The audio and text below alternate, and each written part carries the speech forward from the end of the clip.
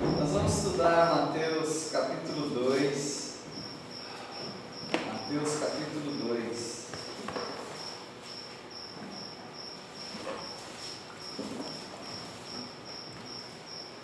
Nós vamos ver algumas evidências de Jesus como rei. Como alguns devem saber, evidência não é prova. Evidência são elementos que nos levam a pensar que aquilo é aquilo mesmo, né? Aquilo é real. Então, assim como se fala muito dessa palavra em crimes, né? Uma pessoa estava na casa onde houve um crime. Ela esteve por volta do mesmo horário que aconteceu o crime. Ela é suspeita, evidentemente, mas ela é culpada? Não. Mas as evidências apontam para a culpa dela. A evidência nunca é algo certo, mas é algo que leva para aquela certeza. Então Jesus Cristo é rei. Em Mateus, não o capítulo, mas o livro todo, o evangelho todo de Mateus tem como proposta mostrar a realeza de Jesus, que Jesus é o rei. Eu tenho certeza disso, porque a palavra de Deus me mostra. A palavra de Deus é a minha evidência e também a minha prova cabal. Cabal quer dizer final. Minha prova final. Eu não preciso de outras provas. Não preciso que se encontre uma placa dizendo que Jesus era o rei. Não.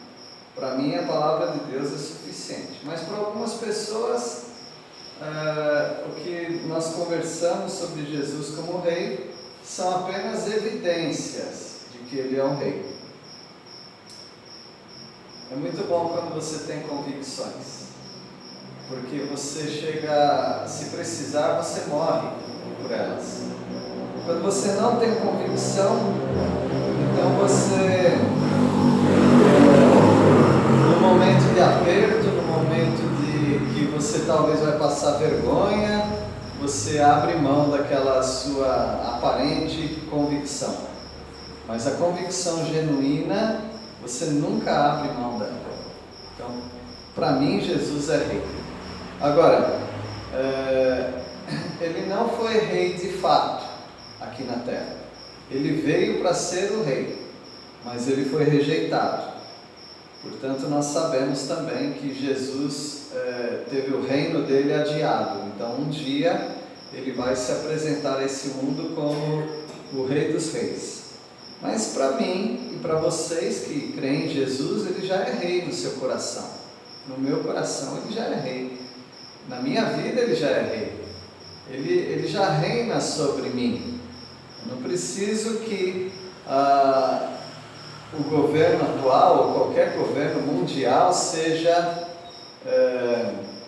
destronado para ele se tornar rei. Não, ele já é o meu rei. Ele era o rei de Pedro. Quando Pedro diz, antes importa obedecer a Deus do que os homens, ele tinha uma liderança humana, um governo humano, mas ele colocou o Deus dele acima desse governo. Então, na vida dele, Deus, Jesus Cristo, Nazareno, era o rei. Então, nós vamos estudar algumas evidências que encontramos no capítulo 2, de que Jesus veio para ser rei e ele era rei. Então, a primeira evidência que nós vamos ver foram os presentes que ele ganhou. De quem ele ganhou? E os presentes que ele ganhou são evidências de que ele era um rei. Depois nós vamos ver que a perseguição que ele recebeu de um rei. Um rei, quando aparece um outro que seria uma ameaça, logo ele dá um jeito de matar. Muitos reis, quando assumiam o trono, qual era a primeira medida que ele tomava? Vocês lembram? Matar toda a família do antigo rei. Eles faziam isso, porque ele quer ser o soberano. Então, a maneira como Jesus foi perseguido quando era bebê, e por quem ele foi perseguido, é uma outra evidência de que ele era rei. E, finalmente, nós vemos no capítulo 2 que a profecia confirmada era uma evidência, agora aqui é um pouco mais do que evidência, né? Aqui é uma certeza mesmo, para aqueles que creem na Bíblia. As profecias bíblicas direcionavam todas para Jesus como o rei. Então vamos ver hoje a primeira parte disso, né? Os presentes que Jesus recebeu dão a ideia que ele era o rei. Versículo 1, alguém pode ler? Mateus 2, 1. Tendo, pois, nascido Jesus em Belém, na Judeia, no tempo do rei Herodes, eis que vieram do Oriente a Jerusalém uns magos que perguntavam. Isso, bem.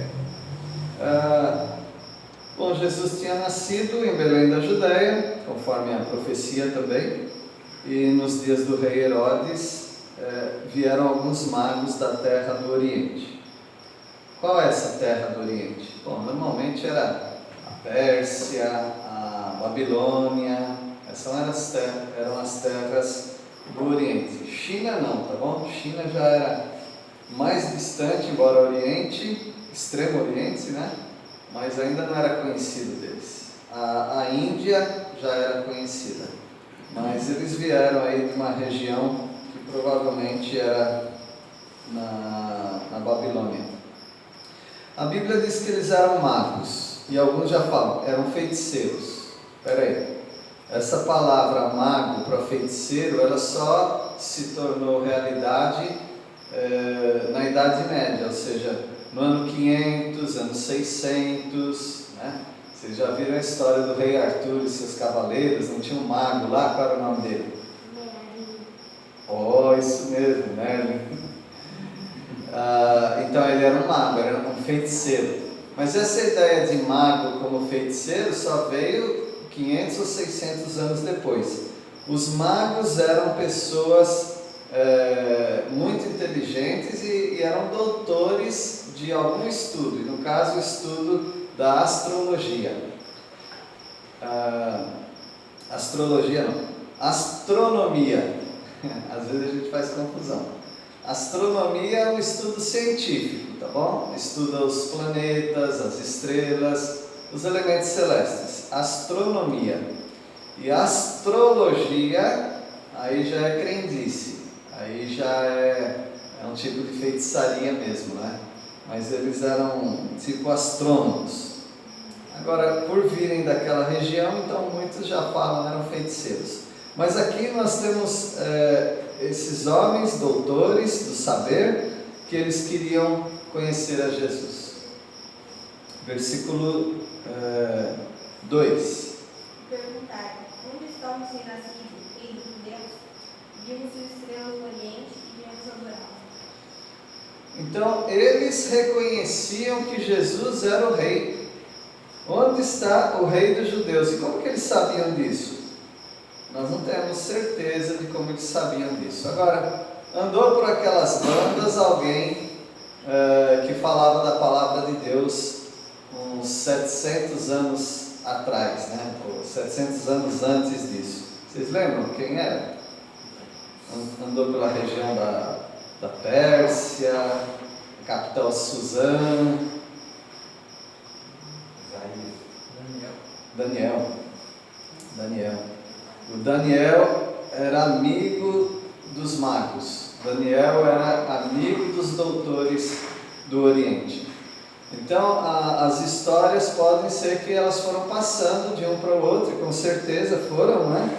E aqui você tem homens que eram curiosos de toda forma de conhecimento, e ainda que eles não tivessem o conhecimento escrito, eles tinham o conhecimento dado por Deus, porque eles viram uma estrela. E como eles estudavam as estrelas, aquela não era uma estrela comum. não era um planeta, porque ela se movimentava. E também não era qualquer estrela, porque ela guiava para onde eles tinham que ir e ela não aparecia a todo momento, mas ela indicava o caminho para eles conforme eles precisavam dessa indicação. Mas eles sabiam que quem nasceu é o rei dos judeus. Provavelmente Deus os orientou para isso, não é? E eles vieram fazer o quê? A Bíblia diz que eles vieram fazer? Adorar. Eles eram da ordem do mago Daniel. A ordem do mago Daniel, porque... Falta coragem, mas Daniel era um mago. Era um mago, sim, era um mago. Ele estava lá entre os sátrapas e 2 vezes em Daniel fala que ele tinha o conhecimento de Deus, né? Exatamente. Então ninguém sobrepunha a sabedoria de Daniel. Essa palavra ficou contaminada, realmente, mago, como uma palavra contaminada, mas ela não tinha essa conotação que tem hoje de feiticeiro. Quantos eram? Nós não sabemos. Eram 3 presentes, então as pessoas precipitadamente já falam, então eram 3 pessoas. Não, a Bíblia não diz que eram 3. Eles vinham numa caravana, eles vinham numa comitiva, e por serem pessoas importantes e também ricas, eles precisavam vir com seguranças, eles precisavam vir numa comitiva mesmo de gente importante. Então eram muitas pessoas, e os que deram presentes nós não sabemos quantos eram, mas sabemos que eram 3 presentes. Pastor? Uma pergunta em relação à palavra aqui, que eles vieram adorá-lo. Isso tem a ver o reconhecimento de Jesus também como Deus? Sim, sem dúvida. Não só como rei, mas... Exatamente. Então, parece que não houve aqui no nascimento de Jesus, e provavelmente Jesus não era um recém-nascido aqui. Não tinha uma feitiçaria misturada, porque Deus não ia permitir isso, né? Exato. Então eles vieram para adorar o rei dos judeus como o Filho de Deus mesmo. Versículo 3. Tendo ouvido isso, alarmou-se o rei Herodes, e com ele todo Jerusalém. A cidade de Belém era uma cidade muito pequena. Então qualquer movimentação lá ia chamar a atenção. Então imagine essa comitiva de gente com roupa toda brilhante, né? Pessoas importantes, então chamou a atenção. E o Herodes ele ficou alarmado ainda mais, não só de ver aquela comitiva de pessoas importantes, mas de ouvir que tinha um rei ali naquela região. Talvez ele até perguntasse, vocês não estão enganados? Não, porque o rei da Judéia sou eu. Porque Herodes era da descendência de Edom, os inimigos de Israel. Ele era um idumeu, ou antigamente seria edomita. Então ele era um alto oficial de Roma. Então Roma o colocou como rei da Judéia. E agora ele ouve falar que tem o rei dos judeus. Que negócio é esse? Agora ele ficou alarmado, mas talvez ele queria fazer uma jogada de jogar o anzol para poder pescar o peixe. Ou seja, vocês vão, adoram, depois quando vocês voltarem para a casa de vocês, passa por aqui de novo, para me dizer exatamente onde é o local, porque eu também quero adorá-lo. Claro que ele não ia querer adorar outro rei. Versículo 4. Reuniu os principais sacerdotes, os mestres da lei, e lhes perguntou: onde nascerá o Cristo? Veja que aqui ele não perguntou para os magos, mas ele pergunta para os universitários. Ele pergunta para os sacerdotes, os escribas. Eram homens que estudavam os rolos da lei, os homens que estudavam a Bíblia. Então eles deviam saber alguma profecia para saber onde que o Cristo, ou o Messias, o ungido, iria nascer. E por isso ele perguntou para quem sabia. Aqui tem algo bem curioso, irmãos. Pessoas que sabem não foram adorar o rei, e pessoas de longe foram adorar o rei.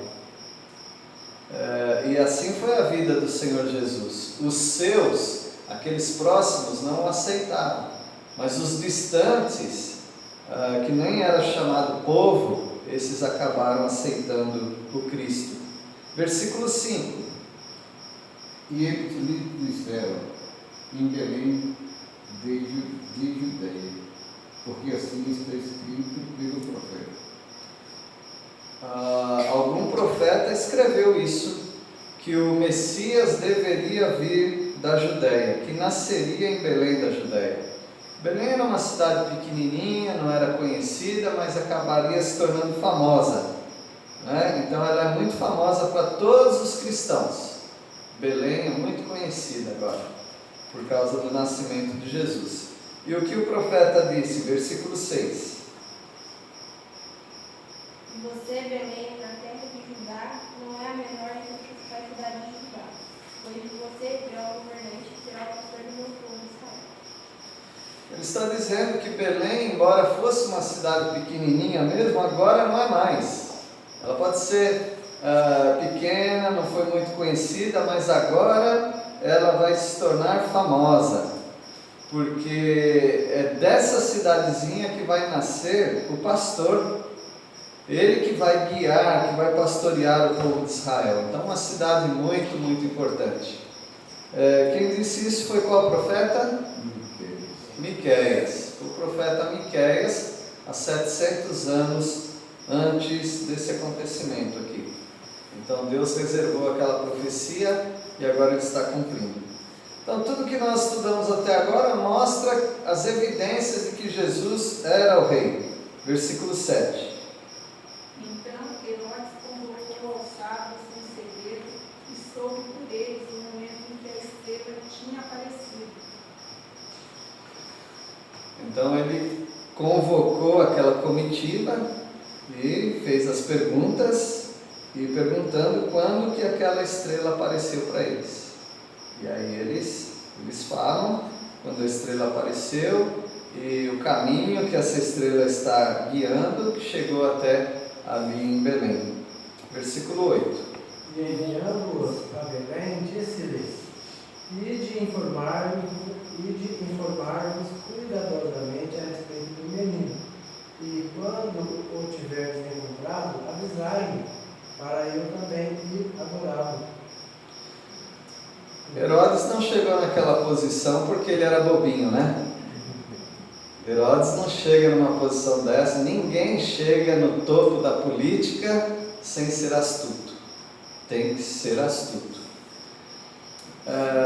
Herodes, ele tinha um pouco mais até de astúcia do que o normal. Tanto é que João Batista deu um apelido de um bicho para ele. Vocês lembram? Raposa. Raposa é um bicho bem astuto. Então, o Herodes era um homem muito perspicaz. Ele percebia, ele pegava as coisas no ar. E ele não entregava o ouro assim. Ele não deixou desconfiança. Parecia que ele estava tendo uma atitude sincera. Meus irmãos, o Senhor Jesus falou que os filhos das trevas são mais astutos do que os filhos da luz. Então eu confesso, e eu acho que vocês também, nós somos bem ingênuos para muitas coisas, né? E graças a Deus por isso. Graças a Deus por isso. O crente, ele acaba sendo ingênuo em muitas coisas. Mesmo aqueles que se converteram depois, a mente deles se transforma. E eles começam a acreditar. Eles começam por exemplo, se alguém fala: olha, eu gostaria que você me ajudasse porque eu quero muito conhecer a Deus, e a pessoa pode nos enrolar com essas conversas, porque nós temos um coração para as pessoas. Eu quero continuar assim, mas eu sei que há um risco de nós sermos enganados muitas vezes. E eu não quero ser igual a Herodes, sempre desconfiando, sempre com intenção maligna no coração. Mas ele tinha uma intenção maligna. Ele disse que queria adorar. Nós sabemos que ele não queria adorar. Ele era um rei e reis não gostam de concorrência, vocês sabem disso. Reis querem ser soberanos, reis querem ser únicos. Então, reis matam os próprios pais, se preciso, para que ele seja o único soberano. Então, Herodes, ele não quer abrir mão da sua realeza por um bebê que apareceu ali. Versículo 9. Um pouquinho sai, tá? É Jesus que chama ele de raposa. Jesus? Não foi João Batista? Será que... Lucas 13, 31, não sei se vai chamar, mas você vai achar que é Jesus. Pode ler, por favor? Lucas 13, 31. Só um minutinho. Isso. Desculpa, velho.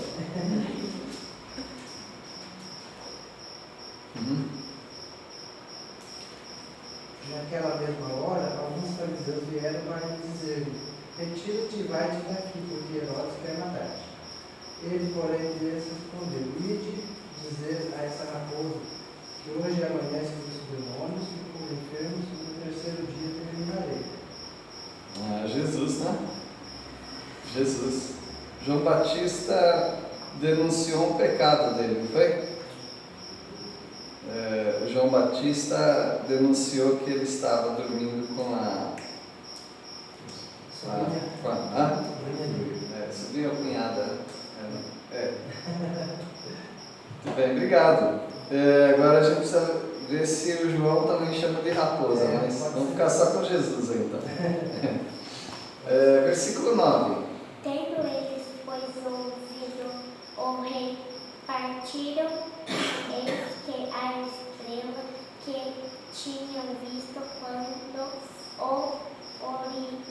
no oriente ia adiante deles, até que chegando se deteve sobre o lugar onde estava o menino.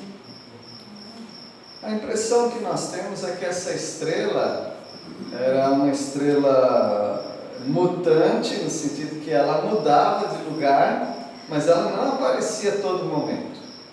Inclusive, quando eles estavam conversando com Herodes, talvez Herodes pudesse perguntar: então mostra a estrela. Ou talvez nem precisasse, porque a estrela deveria ter um brilho fenomenal, diferente das outras. Mas depois que eles partiram daquela conferência com o rei, daquela conversa com o rei, eis que a estrela que viram lá no oriente, agora ela estava precedendo, ou seja, ela estava indo, orientando o caminho deles. Então me parece que ela reapareceu para eles. Então até que eles chegaram no lugar onde estava o menino. Versículo, quero mencionar uma coisa, mas vai estar no versículo 11. Versículo 10 agora. Ao verem eles a estrela, regozijaram-se com grande alegria. Meus irmãos, a alegria deles não é pela estrela, tá bom? Ao verem a estrela, eles realmente se alegraram. Por quê? Parece-nos que essa estrela tinha sumido.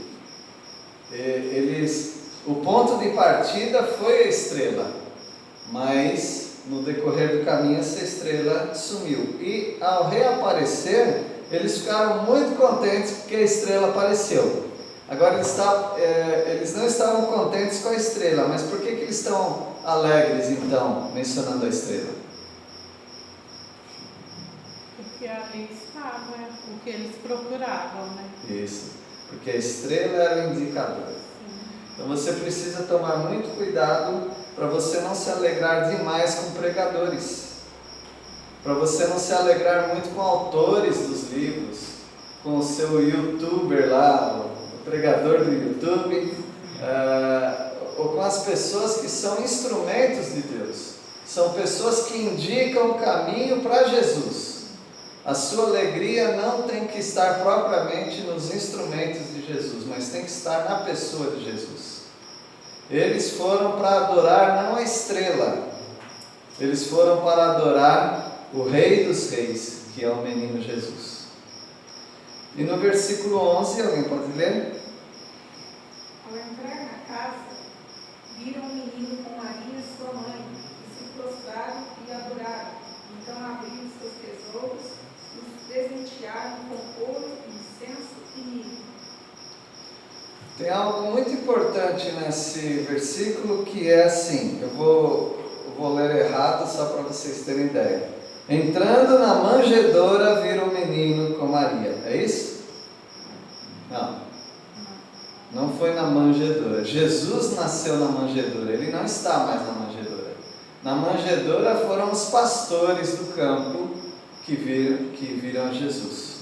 Então isso foi antes. Aqui, alguns meses ou talvez até 2 anos, o menino Jesus já estava mais crescidinho. Então entraram na casa. Qual casa? Eu não sei. Mas uma casa onde estava Maria, sua mãe. Porque José e Maria não eram de Belém. Eles não eram da Judéia. Eles estavam lá no norte, né? Eles vieram para o recenseamento, porque eram daquela família, daquela região.